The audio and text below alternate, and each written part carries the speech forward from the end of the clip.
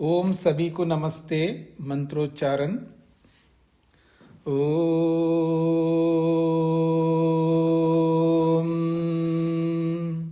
सहनाववतु सहनौ भुनक्तु सह वीर्यं करवावहै तेजस्विनावधीतमस्तु मा विद्विषावहै।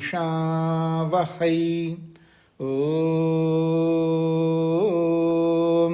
शांति शांति शांति।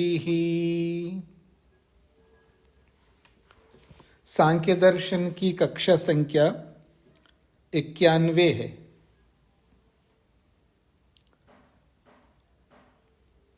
पृष्ठ संख्या 300 है।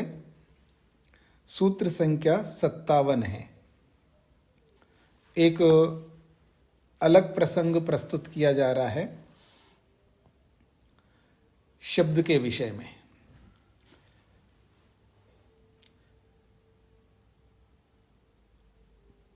भूमिका के रूप में कहा जा रहा है इदानीं शब्द विषये सांख्य सिद्धांतः पक्ष विपक्षाभ्याम प्रदर्श्यते। इदानीं इस समय शब्द विषय शब्द के विषय में सांख्य सिद्धांत सांख्य का सिद्धांत क्या मानता है।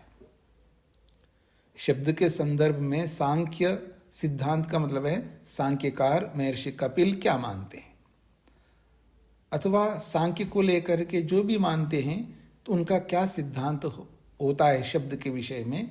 इस बात को पक्ष उठा करके उसका समाधान करना, तो उसको कहते हैं पक्ष विपक्षाभ्याम प्रदर्शिते। पक्ष और विपक्ष को लेकर के प्रदर्शित किया जाता है, प्रस्तुत किया जाता है। पक्ष का मतलब है मेरी मान्यता के विरुद्ध आप कहेंगे तो आपका विपक्ष कहलाएगा। अथवा आप जब अपना पक्ष रखते हैं, जो पहला रखता है उसको पक्ष कहते हैं, फिर दूसरी बार जो रखता है तो उसको विपक्ष कहते हैं। पक्ष विपक्ष, प्रथम रखने वाले को पक्षी यानी पक्ष कहेंगे, दूसरी बार उस पक्ष को सुनकर के जो उसके विरुद्ध जो रखता है पक्ष उसको विपक्ष कहते हैं। तो पक्ष विपक्ष, तो पक्ष विपक्ष को ध्यान में रख करके वास्तव में सांख्य सिद्धांत क्या है शब्द के विषय में उसको यहाँ पर दर्शाया जाता है। सूत्र है प्रतीति अप्रतीतिभ्याम न स्फोटात्मकः शब्दः। प्रतीति अप्रतीतिभ्याम, प्रतीति का अर्थ है अनुभव, अनुभूति, एहसास, और अप्रतीति का अर्थ होता है अनुभव का ना होना, एहसास का ना होना।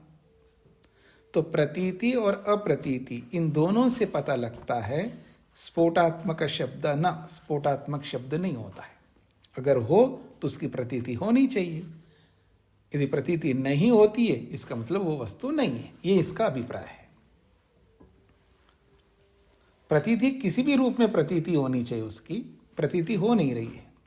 तो प्रतीति यदि वस्तु की प्रतीति ही नहीं है तो फिर वो वस्तु नहीं है, ये इसका तात्पर्य कहना चाहते हैं। तो शब्द के विषय में चर्चा होनी है, तो शब्द के विषय में चर्चा होनी है तो शब्द स्फोटात्मक भी होता है, और जो हम उच्चारण करते हैं उच्चारित शब्द कहते हैं उसको, उच्चारित शब्द। और उच्चारण के बाद में एक शब्द का एक अलग निर्माण होता है हमारे मन के अंदर, उसको स्फोटात्मक शब्द कहते हैं, ऐसा विद्वानों का कहना है। तो स्फोटात्मक मतलब स्फोट का अर्थ होता है स्फुट, अर्थात प्रकट होना। जो अर्थ को स्फुट करने वाला, जो अर्थ को प्रकट करने वाला जो शब्द होता है उसको स्फोटात्मक कहते हैं। स्फुट का अर्थ होता है प्रकट करना। स्फुट शब्द का अर्थ है प्रकट, प्रकटीकरण को स्फुट कहते हैं। और जो प्रकट कराने वाला होता है उसको स्फोटात्मक कहते हैं, अर्थात प्रकट करने वाला। एक प्रकट करने वाला भी शब्द होता है, एक उच्चारित शब्द होता है, एक प्रकट करने वाला शब्द होता है। ऐसा मान करके ये पक्ष रखा जा रहा है। तो स्फोटात्मक शब्द होता कैसे? जैसे मान लीजिएगा सागर जी हैं, तो एक व्यक्ति का नाम है सागर, तो सा एक अक्षर है, ग दूसरा अक्षर है, र तीसरा अक्षर है, 3 अक्षर है, सा ग र, सागर। अब हिंदी में बोलेंगे तो सागर कहेंगे, अगर संस्कृत में बोलेंगे तो सागर। आपकी आवाज नहीं आ रही है। आ रही है। मेरी आवाज सभी को आ रही है जी? हाँ जी, नहीं है। ठीक है। तो रही है। तो जिनको आ रही है और जिनको नहीं आ रहे तो उनका सिग्नल ठीक नहीं होगा। तो कोई बात नहीं, वो सहन करेंगे, उसमें मैं कुछ नहीं कर सकता। तो देखिए, तो जैसे सागर एक शब्द है, हिंदी में हम बोल लेते हैं सा एक शब्द है, गा दूसरा शब्द है, रा तीसरा शब्द है, और इन 3 शब्द ना कहकर के अक्षर बोलूं, सा एक अक्षर, गा दूसरा अक्षर, रा तीसरा अक्षर, इन तीनों अक्षरों को एक साथ कोई भी नहीं बोल सकता। सा बोलने के बाद गा बोलेगा, गा बोलने के बाद रा बोलेगा। हमको प्रतीति होती है क्योंकि हमारा जो क्या कहते हैं, नापने का जो हमारा स्तर है वो बहुत स्थूल है। हमारा जो हम मेजरमेंट करते हैं अपने ज्ञान से, वो हमारा बहुत स्थूल है। वैसे सा बोलने के बाद ही गा बोला जाएगा, गा बोलने के बाद ही रा बोला जाएगा, लेकिन उसकी तीव्रता होती है बोलने की, उससे हमको एक साथ सागर ऐसे सुनाई देता है। तो ये जो सा है, उसके बाद गा आएगा, उसके बाद रा आएगा, तब 3 अक्षर अलग अलग आ रहे हैं। सा का कोई अलग अर्थ नहीं है यहां पर, गा का कोई अलग अर्थ नहीं है यहां पर, और रा का कोई अलग अर्थ नहीं है। जब तीनों अक्षरों को मिलाने पर सागर होता है। तो उच्चारित शब्द जो है, उच्चारित शब्द क्या है? सा गा रा अलग अलग है, लेकिन अंदर एक ऐसा इनको जोड़ने का एक सामर्थ्य है, सा को, गा को और रा को, और उनको जोड़ करके एक शब्द बनाता है, और वही एक शब्द बना करके अर्थ को प्रकट करता है। सागर इट मीन्स ये जो सामने बैठे हैं, देख रहे हैं जी आप सब लोग सागर जी को। तो वो जो 3 अक्षरों को जोड़ करके जब सागर एक बना करके अर्थ को प्रतीत करवाता है, वो जो अलग अलग अक्षरों को एक बना करके अर्थ का बोध जो कराता है, उसको स्फोटात्मक शब्द कहते हैं।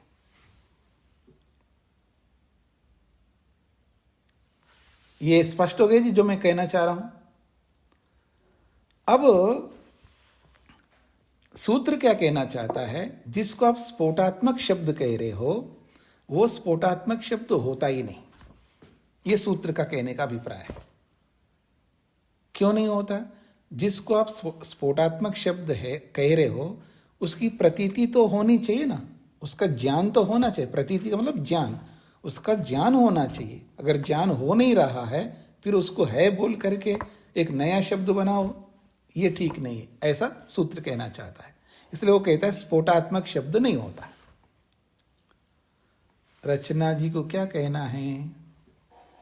नमस्ते स्वामी जी। जी, ये जो 3 अक्षरों को मिला के हमने सागर शब्द बनाया, और जो उसका अर्थ सामने जो बैठा है वो व्यक्ति से लिया जाएगा ना, जो सामने बैठा हुआ व्यक्ति है सागर, उसी से मतलब है ना हमारा। और किससे होगा जी? मतलब आप बताइए। ये सागर मतलब मैं दूसरा सागर से भाई वो नहीं ना, सागर जो होता है समुंदर, वो तो नहीं ना। सागर तो व्यक्ति से ही बात मतलब है ना, कभी इसका नाम सागर है, दैट्स ऑल। आप प्रसंग से हट करके आप समुद्र में क्यों जा रहे हो? मैं समुद्र को लेकर के सागर बोला क्या अभी? अन्य मैं अपने आप को क्लियर कर रही थी। नहीं, अपने आप को क्लियर करने का कोई वजह होनी चाहिए ना। बिना वजह के आप उलझ करके फिर क्लियर करो, ये उचित नहीं है ना। आप पहले उलझो, अपने आप को उलझाओ, फिर उसको क्लियर करो। ये उचित नहीं है। ये पढ़ने का ढंग ऐसा नहीं होता है। पढ़ने का ढंग होता है जो प्रसंग चल रहा है उसी प्रसंग में रहो, उस प्रसंग से हटा करके आप जाओ फिर वापस उस प्रसंग में आओ, ये उचित ढंग नहीं है। ठीक है रचना जी? जी क्षमा करेंगे। नहीं, बात क्षमा की बात नहीं है, बात गलती की है। ऐसी गलती आगे नहीं होना चाहिए। आप सबको पता है मैं सागर का मतलब सामने व्यक्ति बैठे हैं उन्हीं को लेकर के बोल रहा हूं। मैं समुद्र के पास क्यों जाऊंगा? मैं तो आप में से कोई एक नाम ले रहा हूं ना। आप सबको पता है, आपके ग्रुप में कभी किसी का नाम लेता हूं, मैं किसी का नाम लेता हूं, सागर जी का भी नाम लेता हूं, तो उन्हीं के बारे में चर्चा करेंगे ना। ठीक है, तो व्यक्ति हाजी सतीश जी को क्या कहना है? नमस्ते स्वामी जी। जी स्वामी जी मुझे आवाज नहीं आ रही, बहुत कम हो गई है अभी सुनते सुनते आवाज आपकी। मैं कुछ नहीं कर सकता हूँ जी, मेरी आवाज सबको सुनाई तो दे बाकी रही है। लोगों को ठीक आ रही है, ये जानना था जी मुझे। हाँ, आ रही है ना, तभी तो कोई बोल नहीं रहे। हाँ आ रही है। अमेरिका में आवाज आ रही है, बिल्कुल अच्छी आ रही है। देखिए, आप लोग ये दोष मत करिएगा ना, आप विद्यार्थी है ना, विद्यार्थी की तरह रहिएगा। जब मैंने आपसे पूछा नहीं है, आप क्यों बोलने लगते हैं? आपको ऐसा बोलेंगे तो ऐसा लगेगा जैसे कि कोई अब मैं बोलूं असभ्य लोग बात कर रहे हैं, ऐसा लगेगा। आप सभ्य लोग हैं ना, आप अपनी सभ्यता को बनाए रखिएगा ना। आप सबको पता है कि जिनको बोलना होता है उनको हाथ खड़ा करना होता है, फिर उनको कहा जाए हाँ बोलिए, तब वो बोलेंगे। ये है सभ्यता। और असभ्यता वो है जो आप करते हैं बीच बीच में। तो असभ्य मत बनिए बीच बीच में, सदा सभ्य बन करके रहिएगा। चलिए, तो स्फोटात्मक शब्द को लेकर के मैं आपके सामने रख रहा हूं। स्फोटात्मक का अभिप्राय क्या लेते हैं लोग? जो स्फोटात्मक शब्द को मानने वाले, वो ये मानते हैं कि सागर एक वस्तु का नाम है। अब वो सागर जो शब्द है वो एक साथ कोई भी नहीं बोल सकता, क्योंकि सा अलग अक्षर उत्पन्न होता है, उसके बाद गा उत्पन्न होता है, उसके बाद रा उत्पन्न होता है। ये अलग अलग उत्पन्न हो गए, लेकिन सागर बोल करके जो सागर नामक जो व्यक्ति है उसका, उस व्यक्ति को अर्थ कहेंगे। तो ये सागर अलग अलग अक्षर है, अलग अलग अक्षर कैसे उस व्यक्ति को बताएंगे? नहीं बता सकते, क्योंकि सा अलग अक्षर है, गा अलग अक्षर है और रा अलग अक्षर है। अलग अलग अक्षर बोला है, अलग अलग अक्षर जो है सामने वाली वस्तु को कैसे जताएंगे? नहीं जताएंगे। एक होना चाहिए, एक शब्द ही एक अर्थ को बताएगा।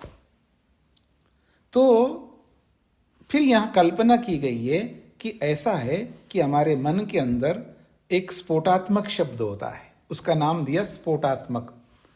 स्फोटात्मक नाम क्यों दिया? क्योंकि वो अर्थ को स्फुट करता है, अर्थ को प्रकट करता है।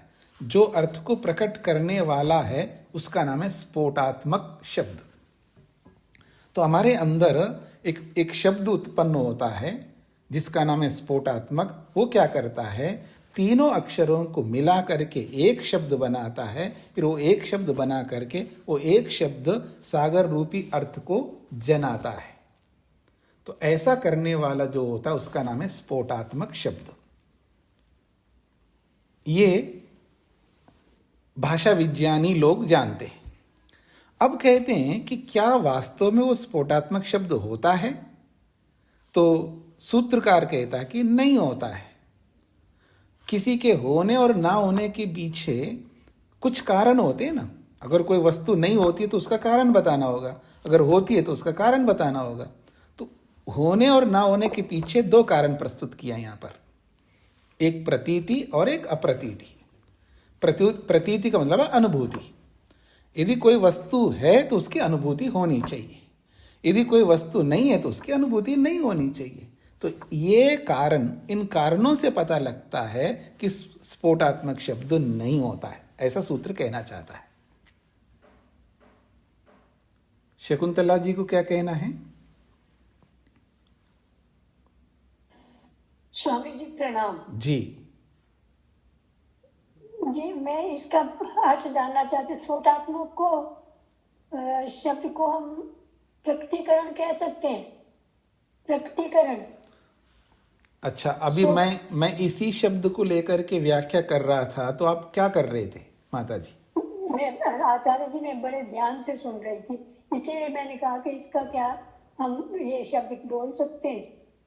क्या बोल सकते हैं? प्रकटीकरण। किसको प्रकटीकरण? क्या प्रकटीकरण?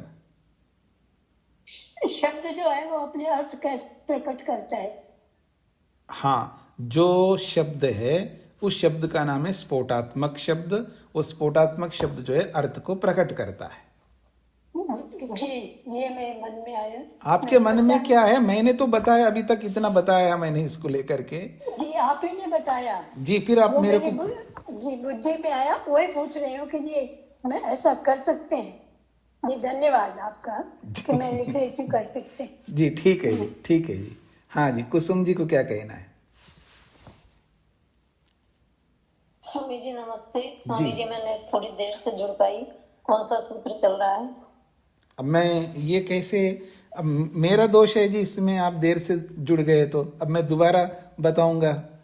सूत्र बता दीजिए स्वामी। ये पृष्ठ संख्या 300 है, सूत्र संख्या 57 है। अभी प्रारंभ ही कर रहे हैं हम लोग, उसकी भूमिका बताई मैंने जी। जी धन्यवाद। तो और आपको ऐसा पूछना भी नहीं चाहिए कुसुम जी, कौन सा सूत्र चल रहा है। क्यों नहीं पूछना चाहिए? कि कल आपने पाठ पढ़ा है, कहाँ तक सूत्र हुए हैं, ये आपको पता होना चाहिए। हाँ? और फिर वहीं से आगे के पाठ चलेगा, तो आप आवृत्ति करिए, देखिएगा, तो आपको अच्छा है। पढ़ने का मतलब ऐसा होना चाहिए ना, पढ़ने का मतलब ऐसा ही तो होता है ना। पीछे को आप देखें और पूरा देख के आए। अब आज कहाँ से पाठ शुरू होगा उसको देखिएगा, और आपको पता नहीं चल रहा है कि जहाँ से शुरू होगा वो क्यों पता नहीं लगेगा, आपको जरूर पता लगेगा यदि आप इन सब बातों को ध्यान में रखेंगे। तो आप ऐसा मत करिएगा। जो छोटे छोटे बच्चे होते हैं ना, जो क्या कहते हैं, प्ले स्कूल में जाने वाले बच्चे होते हैं, बिल्कुल उनकी तरह तो मत बनिएगा अपने आप को। ये केवल कुसुम जी को नहीं बता रहा हूँ, कई बार बीच बीच में ऐसा होता रहता है, आप में से कोई ना कोई ऐसा पूछते रहते हैं। यद्यपि मैं जब प्रारंभ करता हूँ तो बताता ही हूँ, उसके उपरांत भी पूछा जाता है जी। तो आगे बढ़ता हूँ जी। मैं किसी को बुरा नहीं लगना चाहिए, अगर लगे तो भी कोई अच्छी बात है बुरा लगना, ताकि दोबारा ऐसा दोष ना करें। मैं किसी को चाह करके दुख देने के लिए नहीं बोलता हूँ, केवल नियम की दृष्टि से आपको क्या सावधानियां रखनी चाहिए उनकी दृष्टि से ही मैं बताता हूँ, ताकि दोबारा ऐसे दोष ना हो। मेरा मात्र यही उद्देश्य होता है। किसी को चाह करके दुख देना, किसी की हिंसा करना मेरा बिल्कुल नहीं है। तो आगे बढ़ता हूँ जी। तो स्फोटात्मक क्या होता है वो आपके सामने आ चुका है। अब आते हैं सूत्र के ऊपर। स्फोटात्मक शब्द न, स्फोटात्मक शब्द नहीं होता है। क्यों नहीं होता है? यदि होता है तो उसकी प्रतीति होनी चाहिए, और स्फोटात्मक शब्द की प्रतीति नहीं होती है, इसलिए वो नहीं है, ऐसा सूत्र कहना चाहता है। स्फोटात्मक शब्द न वाचा खलु उच्चार्यमानः श्रोत्राभ्याम श्रूयमान शब्दो ध्वन्यात्मकः। कहते हैं वाचा, वाणी से, खलु निश्चित रूप से, उच्चार्यमानः वाणी से उच्चारण में आता हुआ, श्रोत्राभ्याम दोनों कानों से, श्रूयमानः शब्द सुनाई देने वाला जो शब्द होता है, उस शब्द का एक नाम दिया है, उसका नाम है ध्वन्यात्मकः। वो ध्वनि वाला शब्द है, इसलिए ध्वन्यात्मक शब्द कहते हैं उसको। जो भी हम उच्चारण करते हैं, उच्चारण से जो भी शब्द प्रकट होता है उसको ध्वन्यात्मक शब्द कहते हैं या उच्चारित शब्द कहते हैं। ध्वन्यात्मक शब्द प्रकट हो गया। कैसे प्रकट हुआ है? वाणी से जब उच्चारण किया जाता है तो दोनों कानों से वो सुनाई देता है। तो जो दोनों कानों से सुनाई देने वाला शब्द है उसको ध्वन्यात्मक शब्द कहते हैं, अर्थात ध्वनि रूप शब्द। आगे बढ़ता हूं। पुनः उच्चारण अनंतरम अर्थस्य स्फुटीकरण हेतुत्वात् ध्वन्यात्मकात् भिन्नः स्फोटात्मका कल्प्यते। पुनः उच्चारण अनंतरम, उच्चारण तो कर दिया तो ध्वन्यात्मक शब्द प्रकट हो गया।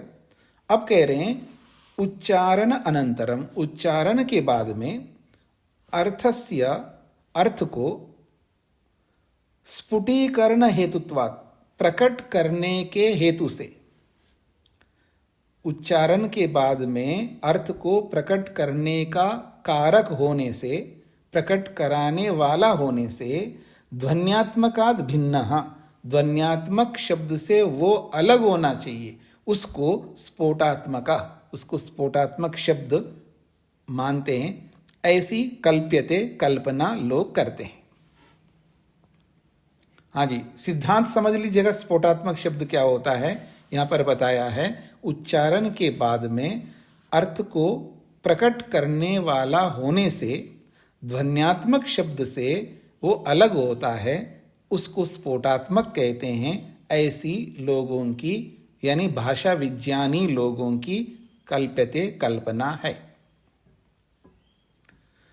अत्र सांख्य सिद्धांते, इस सांख्य शास्त्र के सिद्धांत में स, वो जो स्फोटात्मक शब्द है, न स्वीक्रियते, उसका स्वीकार नहीं किया जाता है।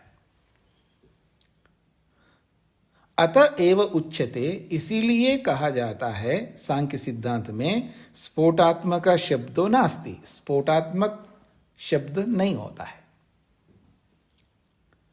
कुतः, क्यों नहीं होता है, क्यों नहीं माना जाता है? उच्यते, उसका समाधान किया जाता है।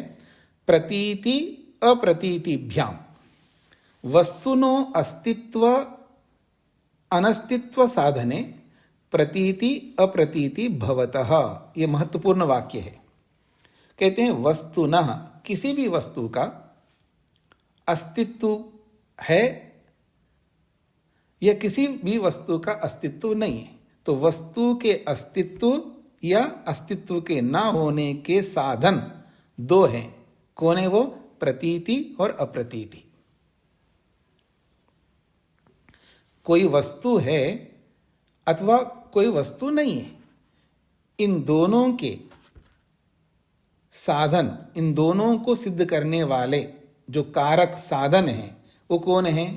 प्रतीति और अप्रतीति। वस्तु है, वस्तु का अस्तित्व है, तो उसको सिद्ध करने वाला साधन है प्रतीति, अनुभूति, एहसास। वस्तु का अस्तित्व नहीं है, किसी वस्तु का अस्तित्व नहीं है, उसका साधन क्या है? नहीं है के पीछे अप्रतीति, यानी अनुभूति का ना होना। अनुभूति का होना वस्तु के अस्तित्व को सिद्ध करता है और अनुभूति का ना होना वस्तु के अस्तित्व का खंडन करता है। ये दो साधन है, प्रतीति और अप्रतीति। इसी को खोल के समझाया जा रहा है।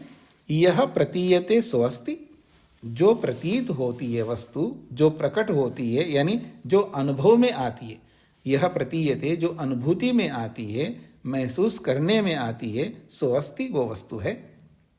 यश्च न प्रतीयते स नास्ति, और जो वस्तु अनुभव में नहीं आती है, अनुभूति में नहीं आती है, वो वस्तु नहीं है। ध्वन्यात्मकस्य शब्दस्य तु प्रतीति अस्ति। जब कोई व्यक्ति सागर, सागर ऐसा बोलता है, सागर बोल दिया, नाम ले, एक शब्द बोला सागर, तो ये सागर क्या है? ध्वन्यात्मक है। तो ध्वन्यात्मकस्य शब्दस्य तु प्रतीति अस्ति। ध्वन्यात्मक शब्द का तो अनुभव होता है, सभी को होता है। तदनंतरम, उस ध्वन्यात्मक शब्द के अनुभव होने के पश्चात स्फोटात्मको यह कल्प्यते, जो स्फोटात्मक शब्द की जो व्यक्ति कल्पना करता है, तस्य अप्रतीति अस्ति, उसकी कोई प्रतीति नहीं होती, उसकी कोई अनुभूति नहीं होती है।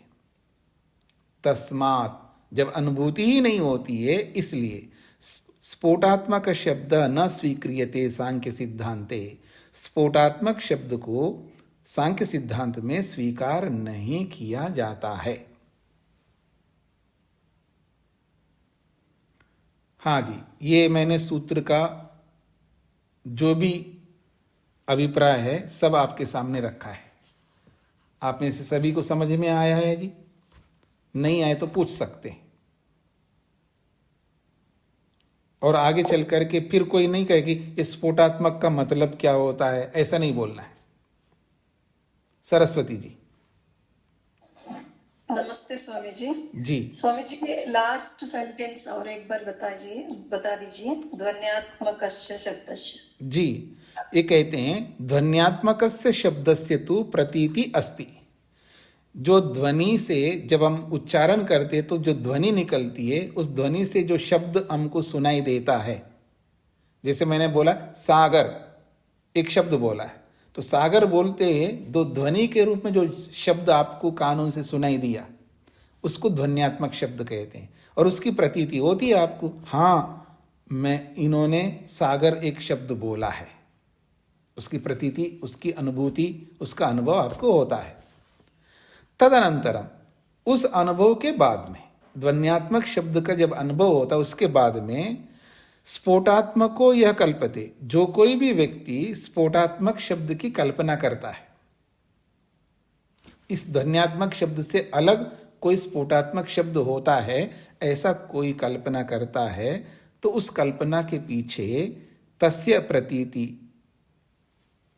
अप्रतीति अस्ति, उसकी कोई प्रतीति नहीं होती है।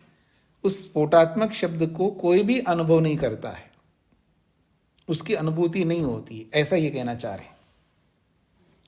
जब उसकी अनुभूति नहीं होती है तो तस्मात्, इसलिए स्फोटात्मक शब्द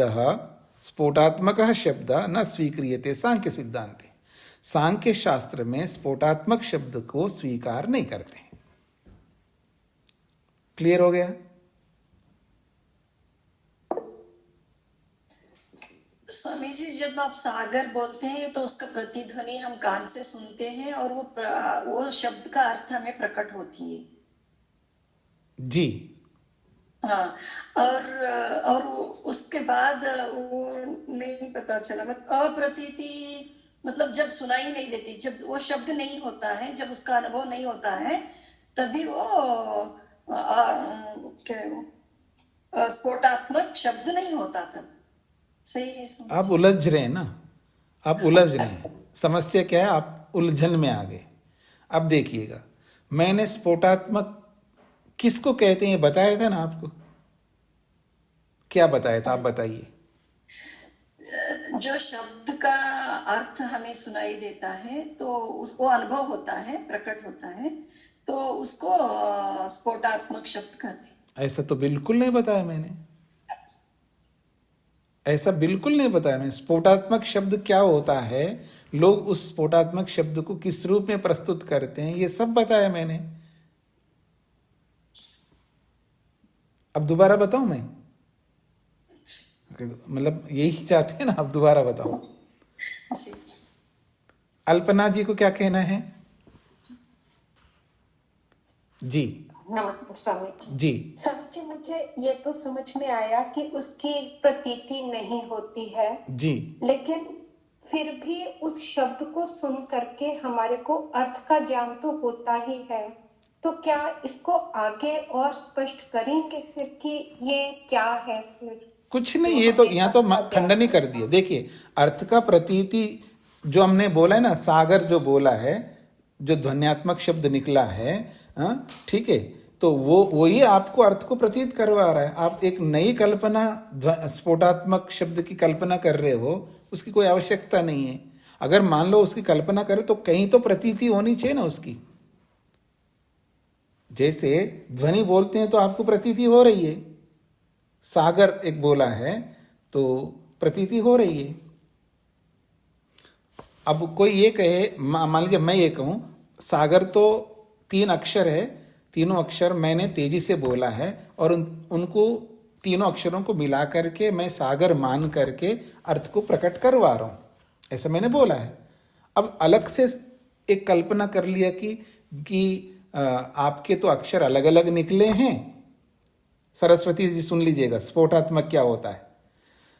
सा अलग अक्षर है, गा अलग अक्षर है, रा अलग अक्षर है, 3 अलग अक्षर है। आपने तो उच्चारण में 3 अलग अलग अक्षर बोले हैं, लेकिन एक अंदर एक ऐसा सामर्थ्य है, वो सामर्थ्य क्या करता है, सा को, गा को और रा को, तीनों को जोड़ करके एक शब्द बनाता है, और वो एक शब्द बना करके वो अर्थ को प्रकट कराता है। उसका नाम दिया स्फोटात्मक, उसको स्फोटात्मक कहते हैं। तो सूत्रकार कहते हैं ऐसा कोई स्फोटात्मक होता नहीं है।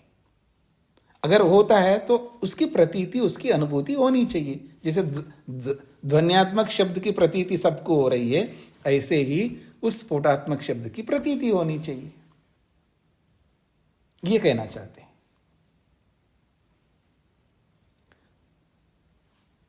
क्योंकि आत्मा का क्या काम है, आत्मा तो एक चेतन तत्व है, उसको पता है कि मैं जैसे पंखा घूम रहा है, पंखे के 3 पत्तियां हैं, अलग अलग बारी बारी से आ रहे हैं, तो वो तेजी के कारण से हमको एक चक्र दिखता है। वास्तव में वो एक चक्र नहीं है, अलग अलग पत्तियां, ये मैं समझता हूं। नहीं, हमारे आंखों में एक ऐसा एक तत्व है, वो तीनों चक्रों को अलग अलग को एक चक्र बना करके आपको दिखाता है, इसलिए मेरे को एक चक्र दिखाई दे रहा है। तो एक नई वस्तु की कल्पना कर लिया आपने। ऐसे यहां शब्द के बारे में समझ लीजिएगा। तो ऐसा कल्पना करने की जरूरत नहीं है, जितना ज्यादा कल्पना करोगे उतना ही उलझोगे आप। सीधी सी बात है कि मैं अक्षर बोलते जा रहा हूं, और वो सब अक्षर जो है 3 अक्षरों को मैं एक बना करके बोल रहा हूं बस, और व्यक्ति की प्रतीति हो ही रही है। अलग से स्फोटात्मक को मानने की आवश्यकता नहीं है, ऐसा सूत्र का अभिप्राय है। अब सरस्वती जी को समझ में आ गया स्फोटात्मक क्या होता है? वाणी से बोलिए। हाँ, तो ऐसा ही तो पहले भी बोला था मैंने कई बार जी। हेमा जी को क्या कहना है? नमस्ते स्वामी जी। जी, स्वामी जी, जैसे स्फोटात्मक है तो क्या हम अक्षरों को अक्षरों को भी मान सकते हैं? अक्षर तो है ही है, जो उसमें कोई आपत्ति नहीं, अक्षर है, अक्षरों को नहीं कहा जा रहा ना। स्फोटात्मक की कल्पना करने वाले इस तरह कल्पना करते हैं जैसा मैं शब्द बन रहा है उससे। क्या है? अक्षरों से जो शब्द बन रहा है उसे स्फोटात्मक कहा गया है क्या? नहीं, अक्षरों से जो शब्द बन गया है और उसको बनाने वाला कोई सामर्थ्य है, वो बना करके एक बनाया है और एक बना करके अर्थ को प्रकट करा रहा है, उसको स्फोटात्मक कहते हैं। जी, धन्यवाद। वो हमारे बुद्धि में रहती है, ऐसा वो उनका कहना है। तो ऐसा कुछ सोचने की, ऐसा कल्पना करने की कोई आवश्यकता नहीं है, उसका कोई अस्तित्व नहीं है, उसकी कोई प्रतीति नहीं हो सकती, ऐसा ये कहना चाहते हैं। तो चलूं जी मैं आगे। लेकिन जो भाषा विज्ञान में ये बहुत स्वीकार किया जाता है, इसको स्फोटात्मक शब्द की बहुत लंबी चौड़ी चर्चा हुई है। भर्तृहरि ने तो बहुत बड़ा शास्त्र लिखा है उन्होंने। तो स्फोटात्मक शब्द को लेकर के विशेषकर जो नव्य सिद्धांत वाले हैं बहुत ज़्यादा करते हैं। इसलिए यहाँ इस सांख्य दर्शन में ये 57 से लेकर के कुछ सूत्रों को उन्होंने 1, 2, 3, 4 सूत्र हैं, इनको कुछ लोगों ने प्रक्षिप्त भी माना है। प्रक्षिप्त इसलिए माना है क्योंकि वो लोग स्फोटात्मक शब्द को मानते हैं, इसलिए इन सूत्रों को प्रक्षिप्त माना है। और ब्रह्म मुनि जी ने इन सूत्रों को प्रक्षिप्त नहीं माना है, इसलिए ये इनकी व्याख्या की है। अब इसके पीछे का गणित भी आपके सामने रख दिया है। कुछ भाष्यकार लोग, कुछ विद्वान लोग स्फोटात्मक शब्द को मानते हैं और कुछ विद्वान लोग जो है स्फोटात्मक शब्द को नहीं मानते। इसलिए कुछ लोगों ने जब इनको नहीं माना तो इन्होंने इन सूत्रों को प्रक्षिप्त माना है, और जो लोग स्फोटात्मक को मानते हैं वो प्रक्षिप्त माना है, और जो लोग स्फोटात्मक को नहीं मानते वो लोग इन सूत्रों को प्रक्षिप्त ना माना, और ये कपिल के ही सूत्र हैं ऐसा माना है उन्होंने। ऐसा ही ब्रह्म मुनि जी मान करके चल रहे हैं। अब पूरा चित्र आगे जी आपको क्लियर हो गया आप लोगों को? आगे बढ़ो मैं अब आगे कहा जा रहा है ननु स्फोटात्मक शब्दों न स्वीक्रियते किम शब्दों नित्या स्वीक्रियते इति आकांक्षायाम उच्यते। फिर कहा जा रहा है अच्छा कोई बात नहीं, आप स्फोटात्मक शब्द को स्वीकार नहीं करते, मान लेते थोड़ी देर के लिए। किम क्या शब्दों नित्या स्वीक्रियते, क्या आप शब्द को नित्य मानते हैं? इस आकांक्षा को लेकर के अगले सूत्र को प्रस्तुत किया जा रहा है। कहते हैं न शब्द नित्यत्वम कार्यता प्रतीते है। सूत्र कहता है न शब्द नित्यत्वम, शब्द नित्य नहीं है। क्यों शब्द नित्य नहीं है? तो कहते कार्यता प्रतीते, कार्य के रूप में उसकी प्रतीति होने से, कार्य के रूप में उसकी अनुभूति होने से शब्द नित्य नहीं है। इस सूत्र को भी प्रक्षिप्त तो कुछ लोग इसलिए मानते हैं क्योंकि कुछ लोग मतलब विद्वान लोग वो शब्द को नित्य मानते हैं,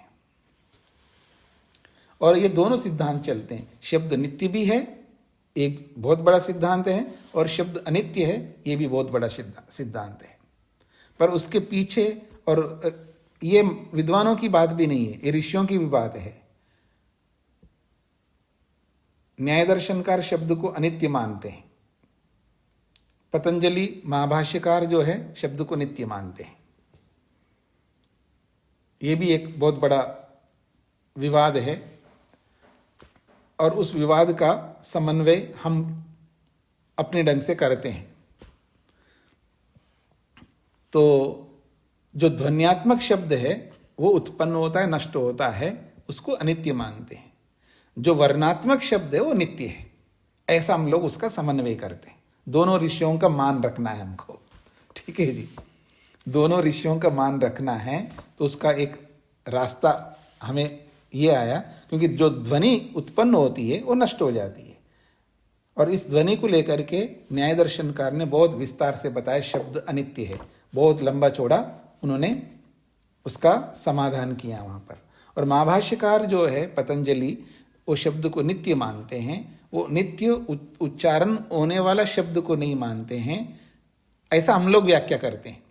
वो वर्णात्मक जो शब्द जैसे अत्व, कत्व, उत्व, इत्व, चत्व, तत्व, पत्व, जो भी अक्षर है उनका जो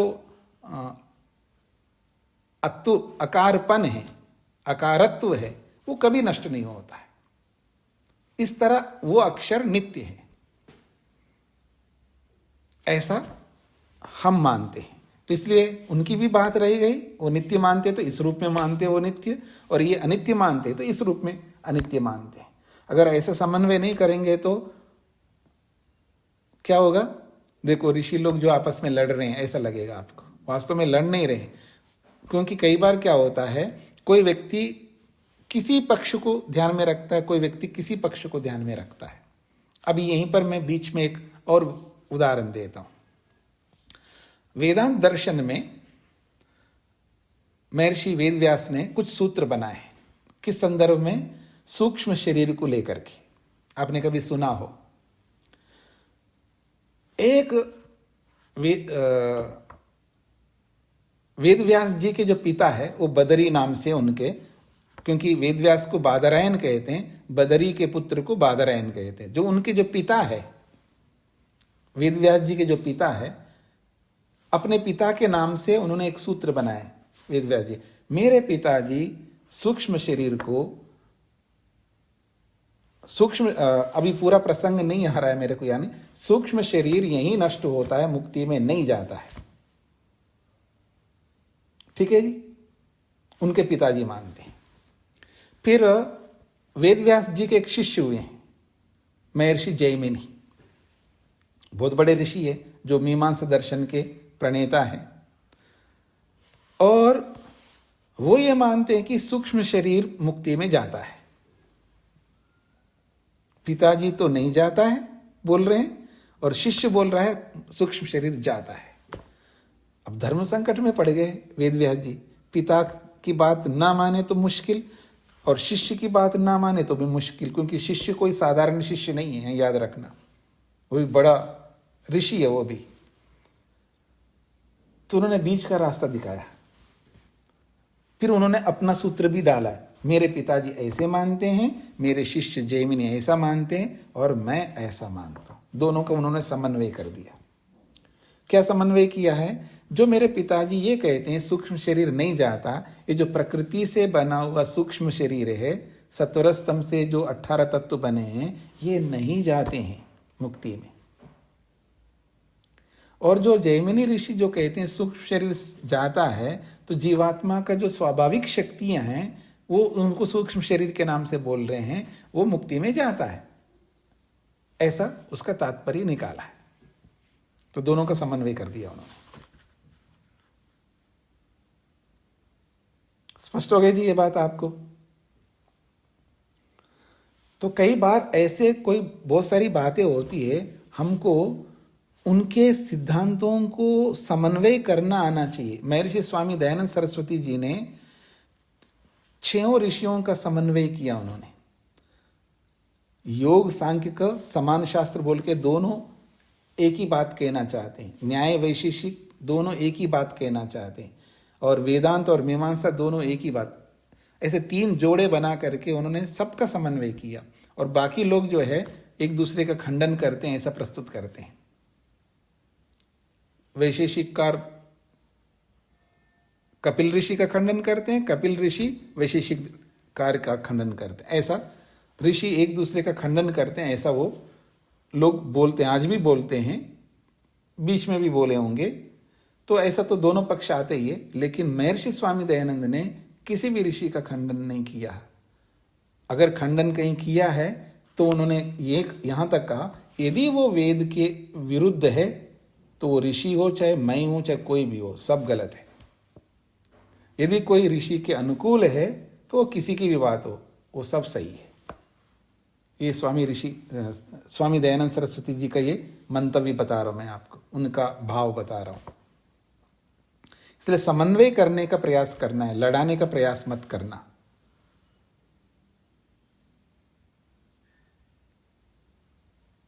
दो पति पत्नी आए जी लड़ करके, अब उसका समन्वय करोगे या विड़ा क्या बोलते आप, क्या करवाओगे, अलग करोगे? हाँ, अगर मान लीजिएगा वास्तव में अलग करने योग्य है तो अलग करना ही चाहिए, उसमें कोई आपत्ति नहीं है। लेकिन अगर आपको दिखता है इन दोनों को बिना मतलब के लड़ाई कर रहे हैं, इनके पास में कोई औचित्य नहीं है, तत्व नहीं है, ऐसे लड़ रहे हैं, तो ये बहुत आराम से मिल करके आराम से रह सकते, तो मिलाइएगा ना। हाँ, आगे बढ़ता हूं जी मैं। तो प्रश्न ये है कि शब्द नित्य है अनित्य है? तो उत्तर दिया है कि शब्द नित्य नहीं है। क्यों नहीं है? तो कहा कार्यता प्रतीत है, कार्य के रूप में, उत्पन्न होने के रूप में, यानी उत्पन्न हो रहा है और समाप्त हो रहा है, ऐसा हमें प्रतीत होता है, प्रत्यक्ष होता है। तो शब्द कार्य के रूप में प्रतीत हो रहा है तो फिर वो नित्य नहीं हो सकता। शब्द से नित्यत्व नास्ति, शब्द नित्य नहीं है। क्यों? कार्यता प्रतीत है, कार्यता या प्रतीत है, कार्य के रूप में वो प्रतीत होने से। प्रत्यक्षम ही उच्चारणेन उत्पद्यते खलु शब्द, ये तो सबको प्रत्यक्ष है, उच्चारण करते हैं तब शब्द उत्पन्न होता है, उच्चारण नहीं करेंगे तब ध्वन्यात्मक शब्द उत्पन्न नहीं होता है। यहाँ शब्द उत्पन्न होता है का मतलब सीधा आपको उसके साथ लगाना है, ध्वन्यात्मक शब्द ऐसा सोचना है। केवल शब्द उत्पन्न होता है ऐसा कहेंगे तो फिर गड़बड़ हो जाएगा।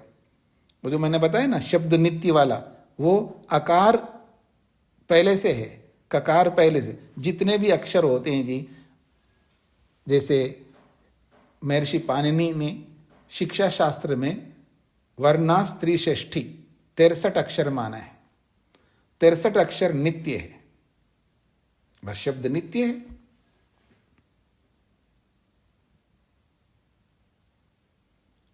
और एक बात, अग्निमीड़े पुरोहितम यज्ञस्य देवम ऋत्विजम होतारम रत्नदातम, जो भी मंत्र है, अग्नि मीड़े पुरोहितम, ये एक एक शब्द ना, ये भी नित्य है, ये ऐसे ही रहते हैं। अ ग नि, अकार गकार नकार इकार, अग्नि, ये अग्नि जो शब्द है ये नित्य है, ये हमेशा ऐसे ही रहेगा। इस तरह आप शब्दों को नित्य मानिएगा। लेकिन जब उसको हम उस जो पहले से है अकार गकार नकार और इकार, उसको जब हम बोलते हैं तो बोलने वाला जो ध्वन्यात्मक शब्द है वो तो उत्पन्न हो गया, उसके बाद नष्ट हो जाता है। तो ध्वन्यात्मक शब्द जो है वो अनित्य है। इस बात को लेकर के यह प्रसंग प्रस्तुत किया गया है। स्पष्ट हो गया जी। यहां पर आगे बढ़ता हूं मैं। ननु एक प्रश्न है। सांख्य मते स्फोटात्मक शब्दों न मन्यते। अभी अभी सिद्ध किया था, सांख्य के मत में स्फोटात्मक शब्द को स्वीकार नहीं किया जाता है। न च शब्द से नित्यत्व स्वीक्रियते, और न ही शब्द की नित्यता को स्वीकार किया जाता है। अभी 58 सूत्र में बोला, तदा तब शब्दोच्चारणात् पश्चात तस्य उभय प्रकाराभ्याम स्थिरत्व अभावात् अर्थ प्रतीति कथम भविष्यति इति अत्र उच्यते। ठीक है जी, शब्द जो है स्फोटात्मक नहीं है, ठीक है जी, शब्द नित्य नहीं है। तो हमारा एक प्रश्न है कि जब शब्द का उच्चारण किया है, उच्चारण के बाद में तस्य उभय प्रकाराभ्याम स्थिरत्व अभावात्, न तो स्फोटात्मक शब्द नहीं रहा और न ध्वन्यात्मक शब्द नहीं रहा, दोनों नहीं रहे, फिर अर्थ की प्रतीति कैसे होगी? ये एक प्रश्न है।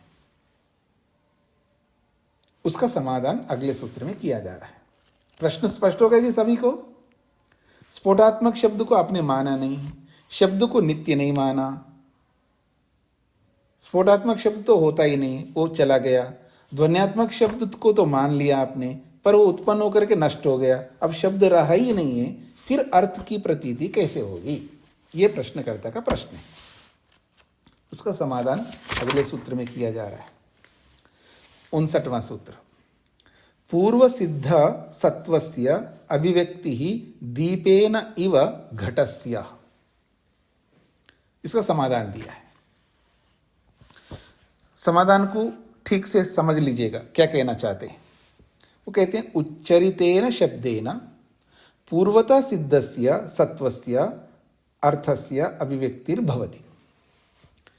उच्चरितेन शब्देन, जब हम शब्द का उच्चारण करते हैं, वो जो उच्चारण शब्द का करते हैं, उच्चारण से पहले, पूर्वता का मतलब है उच्चारण से पहले, सिद्धस्य सिद्ध, सत्वस्य सत्व, अर्थस्य अर्थ। अब सिद्ध सत्व और अर्थ तीनों एक ही बात है, यानी पहले से विद्यमान वस्तु की अभिव्यक्ति होती है। वो वस्तु तो पहले ही विद्यमान है, बस आपने उच्चारण किया, उस उच्चारण से वो अर्थ अभिव्यक्त हो जाती है, बस। उदाहरण दिया यथा, जैसे कि दीपेन घटस्य पूर्वतो वर्तमानस्य अभिव्यक्ति प्रकटता भवति।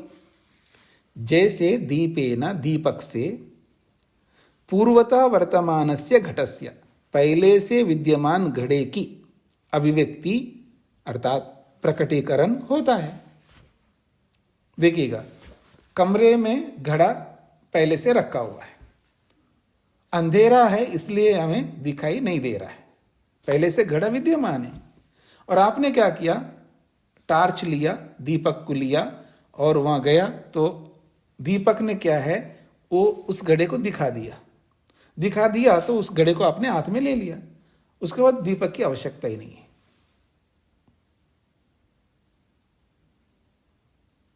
दीपक नहीं है इसलिए घड़ा दिखाई नहीं दे रहा है, क्योंकि घड़ा पहले से विद्यमान है वहां पर। दीपक ने क्या किया, दीपक ने घड़े को दिखा दिया, प्रकाशित किया। दीपक ने प्रकाशित करते ही हमने हाथ में ले लिया घड़े को, घड़ा चाहिए हमको, उसके बाद दीपक की कोई आवश्यकता नहीं। जैसे दीपक अर्थ को प्रकाशित करके, अर्थ को प्रकाशित करने के बाद दीपक की आवश्यकता नहीं होती है, ऐसे ही ये जो हमने शब्द उच्चारण किया, उच्चारण करते ही वो उच्चरित शब्द जो है अर्थ को प्रकाशित कर देगा। अर्थ प्रकाशित हो गया, उसके बाद उच्चरित शब्द की क्या आवश्यकता है? कोई आवश्यकता नहीं। ये यहां पर कहना चाहते हैं। अब आइए पंक्ति को देखिए। उच्चरितेन शब्देन, जब उच्चारण करके शब्द हमने निकाला है वाणी से, तो पूर्वतः सिद्धस्य सत्वस्य अर्थस्य, पहले से विद्यमान रूपी वस्तु है उसकी अभिव्यक्ति होती है। यथा, जैसे कि दीपेन, दीपक से, पूर्वतः वर्तमानस्य घटस्य, पहले से विद्यमान जो घड़ा है उस घड़े की अभिव्यक्ति अर्थात प्रकटीकरण होता है। अब इसके आगे कह रहे हैं दीपेन दृष्टम घटम उत्थाप्य गच्छति जनः। जनः वो जो मनुष्य है, दीपेन दृष्टम दीपक से देखे हुए उस घड़े को उत्थाया उठाकर गच्छति चल पड़ता है। तो घट दर्शन काले दीपस्य आवश्यकता, घड़े को देखने के समय में दीपक की आवश्यकता है। स्वायत्तीकृते घटे, जब घड़े को अपने हाथ में ले लिया, न दीपो अपेक्षते, फिर उस दीपक की कोई आवश्यकता नहीं। दीप दृष्टान्तस्य प्रकाशकत्व मात्रमेव गृह्यते। दीप दृष्टान्तस्य, दीपक का जो दृष्टांत दिया है, ये दृष्टांत देने का अभिप्राय है प्रकाशकत्व मात्रम एव, केवल दीपक उस घड़े को प्रकाशित करता है। प्रकाशित करना रूपी अर्थ ही दीपक से लेना है, बाकी चीजों को नहीं लेना है, ये कहना चाहते हैं। तस्मात् शब्दस्य स्फोटात्मकतया यद्वा नित्यभावेन स्थिरत्वं न अपेक्षते। तस्मात्, इसलिए ये जो शब्द है जिसको हम शब्द बोलते हैं, वो शब्द स्फोटात्मक के रूप में या नित्य के रूप में उस शब्द को रहने की आवश्यकता नहीं है। जो शब्द है उस शब्द का वहां बना रहना, स्फोटात्मक रूप से बना रहे या नित्य के रूप में बना रहे, उसकी कोई आवश्यकता नहीं है। उच्चारण किया और अर्थ का ज्ञान हो गया, उसके बाद वो शब्द रहे ना रहे हमें कोई मतलब नहीं है। ये इसका तात्पर्य। हाँ जी, राजपाल जी। यहाँ जो स्वायत्तीकृते, अपनाने, घटे स्वायत्तीकृते, घड़े को अपना लिए जाने पर, अपने अधीन कर लिए जाने पर। जी जी, सागर जी। नमस्ते स्वामी जी। जी स्वामी जी, सूत्र में जो ये हेतु दिया है दीपक से जी घड़े का ज्ञान हो जाता है, जी, तो क्या ध्वन्यात्मक उच्चारण से शब्द के अर्थ का अर्थ जागृत हो जाता है, यानी कि तो अर्थ तो फिर नित्य सिद्ध हो रहा है पहले से ही। नहीं, अर्थ तो अनित्य का नहीं, शब्द की बात हो रही है ना, अर्थ तो पहले से है ना, बात शब्द की हो रही है। शब्द तो पहले से विद्यमान, अर्थ तो वस्तु तो पहले से विद्यमान है। पहले से विद्यमान वस्तु को शब्द, ध्वन्यात्मक शब्द जो है जना रहा है आपको। ठीक है जी, ये कहना चाहते हैं। रूप जी। ओम स्वामी जी। जी स्वामी, तो यहाँ पे जो वर्णात्मक शब्द है उसको नित्य ही मानेंगे ना स्वामी जी? हाँ जी, हाँ जी, वो तो मैंने बोल ही दिया, वर्णात्मक शब्द तो नित्य ही होते हैं, लेकिन ध्वन्यात्मक शब्द को अनित्य माना जा रहा है। जी स्वामी जी, तो जैसे वेद नित्य है, तो वेद का जो ज्ञान हमें प्राप्त होता है वो वर्णों के द्वारा ही प्राप्त होता है, तो फिर इस दृष्टि से भी वर्णात्मक शब्दों को नित्य मान सकते हैं स्वामी जी? फिर वही बात है, ध्वन्यात्मक की बोली है। जैसे मैंने अग्निमीड़े पुरोहितम यज्ञस्य देव मृत्विजम होतारम रत्नधातमम मंत्र बोला, समाप्त, वो समाप्त हो गए, वो अनित्य है, क्योंकि ये जो मंत्र का उच्चारण है ध्वन्यात्मक, ये तो समाप्त हो गया। लेकिन जो वास्तव में अग्निमीड़ पुरोहितम जो वर्णात्मक है वो तो रहेगा ना। एक बात, अब यहीं पर दूसरी बात भी आप लोगों को समझना है।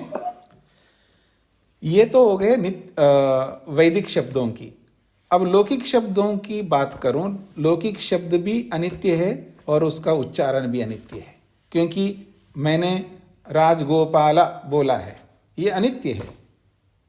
ये वर्णात्मक राजगोपाला जो शब्द है ये भी अनित्य है, क्योंकि अगली सृष्टि में राजगोपाला शब्द नहीं रहेगा, लेकिन अग्निमीड़े पुरोहितम सदा रहेगा। वेद में जितने भी शब्द है, इंद्र आया है, जो भी शब्द आया है, वो सब वैसे ही रहेंगे, लेकिन रूप आर्या ये नहीं रहेगा। स्पष्ट हो गया जी? वैदिक शब्द सारे नित्य है, वर्णात्मक वैदिक शब्द सारे नित्य है, और वैदिक शब्दों का जो ध्वन्यात्मक शब्द है वो सब अनित्य है। जी आचार्य जी। स्वामी जी, इसमें एक प्रश्न बनता है जी। कि वैदिक शब्द यदि नित्य है तो प्रलय काल में तो किसी जीवात्मा के पास तो नहीं रहता ये, और ना प्रकृति में रहता है, तो ईश्वर में रहता है ना जी। तो ईश्वर में रहता है स्वामी जी। तो बहुत सी बातें जो ईश्वर में रहती हैं तो उसको कारण रूप में रहता है तो उसको अनित्य माना जाता है। नहीं, कारण रूप में रहता किसने बोला है? आपने पिछले प्रसंग को नहीं पढ़ा था क्या? वेद ईश्वर में है, और जब ईश्वर हम लोगों को प्रदान करता है मनुष्य मात्र को। हाँ हाँ जी, जैसा ईश्वर में है वैसा का वैसा है, आपको प्रदान करता है, कोई बना करके प्रदान नहीं करता है।